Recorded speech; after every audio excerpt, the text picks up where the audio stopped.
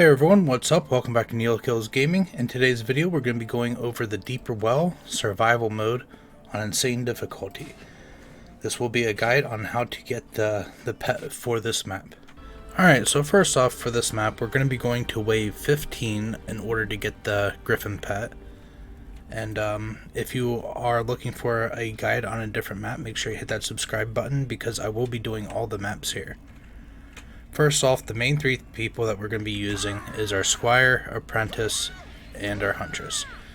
So first off for the Squire, we're only using his barricades. So it's best to just have all of his stats into the Fortify. As you can see right here, we have just over 400 in Fortify, and that's the main stat that we're going to be worried about with him. With our Huntress, we went a little bit into the rate, so you see I put 50 there, and then the rest into health, just because that gives it more charges and they will last longer without needing to be repaired. And then lastly, for the Squire, he's a little bit more balanced, and we got 50 into range, 58 into the rate, and the rest into power. That leaves us with about 121 in Fortify, 323 in power, 177 in range, and 171 in rate. So the way I first start off this map is I first start with these flame burst turrets and I put them at the top of each stairs here. And that's all for the first wave, and after this wave I'll show you how to build the rest.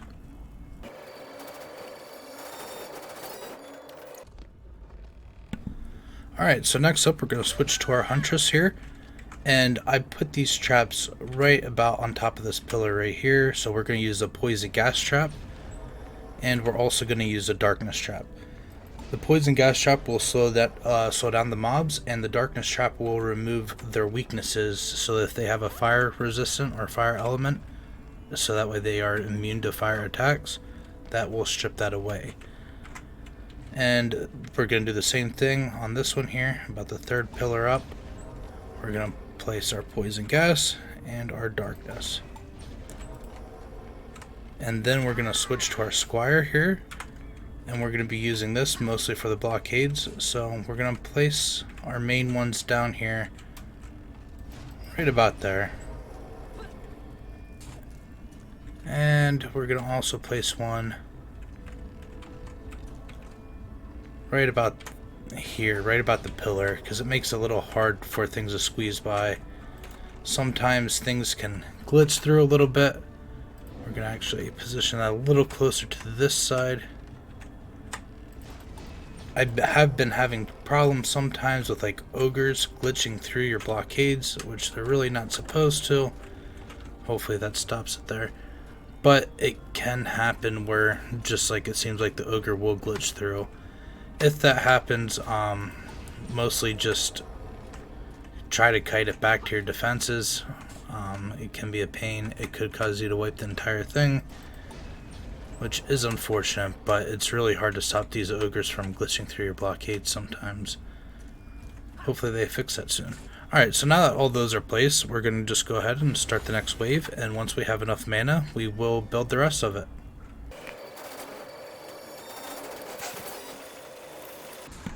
Alright, so for the rest of this, we're going to switch back to the Apprentice, and we are going to place another Flame Burst turret right on top of the pillar here.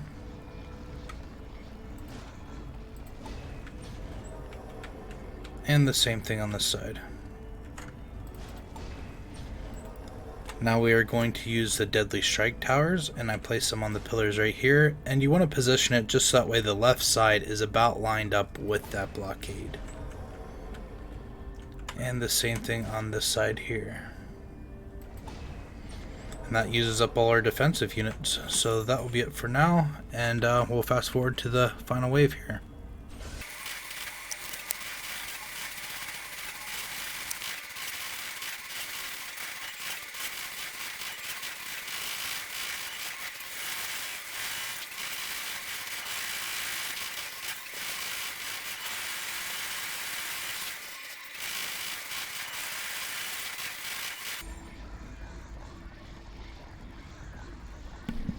Alright, and here we are at the final wave before the we get the pet here. So just gonna repair everything up. I don't really upgrade anything in any particular order, just if something starts taking a little bit of damage, or like these things start getting a little low on their count, I just heal them up. And I do want to point out that after about wave 10 that you can start getting some legendary items to appear. Doesn't look like we got any this time around, but I do make sure to check and loot all the level 60 stuff, which it doesn't appear that we have any of those right now either. But alright, I'll let this run for the last one. And again, if you want to see videos on the rest of the maps, make sure you hit that subscribe button. I will be doing every map in order, probably about a day or two apart in between each one. And yeah, I mean, that's all there is to this map. This one isn't overly difficult. Now, if you do want to get the wave 25 pet, this map is pretty easy to do it on. This is one that I would recommend doing it on. This build will take it all the way up there. As long as, you know, like I said earlier, you aren't getting anything glitching through your blockades. It does happen. There was a glitch a couple days ago where the skeletons from the mages were glitching all the way through to the core, and then still killing the core while dead, actually. So that made things difficult. And it's always a little bit better when you get the ogres to spawn on the bottom ones there, because if not, the deadly strike towers want to take out these guys first. And on this run, apparently I put that blockade a little too far forward, because now these guys are focusing on both the ogre. But if you had one of your flame burst turrets taking these guys out down here, then your deadly strike tower could actually focus on the ogre, because that's your heavy hitter. You see that one's doing 50k damage per hit, whereas the flame bursts are only doing about 6k each. So your placement's going to vary from a little bit, but if you maybe move this blockade back a little bit to where things can get a little bit closer, and this turret would actually focus on these guys a little bit first, clearing that up so your deadly strike tower can actually hit the ogre. But other than that, as you can see, this map's pretty straightforward, not too bad. It's a rather easy pet to get. Some of the maps do get a little bit more complicated, and I will be going over each one of those. And if you guys need any other kind of guides or any other videos on this game, or any questions, let me know down in the comments below. Leave a like on the video if this helped you out. And here we are.